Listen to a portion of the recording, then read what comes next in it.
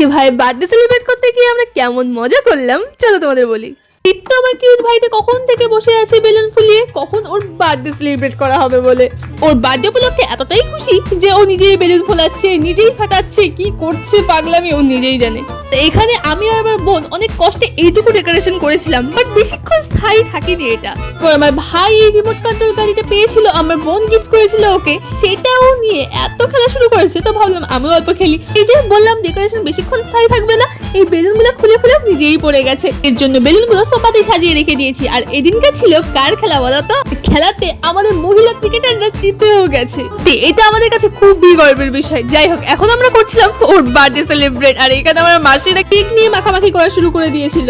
ওর বার্থডেতে যদি কেক মাখামাখি না হয় তাহলে তো বার্থডেটা ইনকমপ্লিট। এর জন্য কেক মাখামাখি ইজ ভেরি ইম্পর্টেন্ট।